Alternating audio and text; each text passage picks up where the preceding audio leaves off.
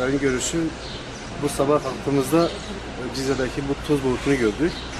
Ayrıca bu toz bulutu sadece sağlıklı insanlara değil, özellikle bronşit, astımlı olanları daha çok etkiliyor. Sağlıklı insanları dahi etkileyen bir bu bulut ortamıdır. Bunun için özellikle bronşit ve astımlı hastaların dışarı çıkmamasını tavsiye ederiz. Bu tuz bulutu Allah'ın bir takdiridir. senede kaç defa Cizre'de böyle tuz bulutu oluyor? Genelde bir iki defa oluyor. Böyle bu şekilde ağırlıklı toz bulutu. Bir iki defa oluyor. Sabahleyin evden çıktığımda çok yoğun bir toz bulutu Cizre semalarını kaplamıştı.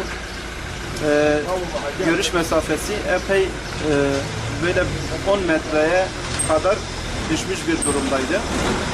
İnsan zorlukla nefes alabilecek durumdaydı.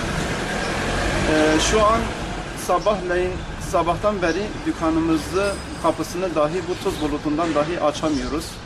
Tabii bu durum insanın sağlığını da etkileyecek durumdadır. Bu durum için Allah'ın bir takdiridir. Bunun dışında söyleyecek bir söz bulamıyorum.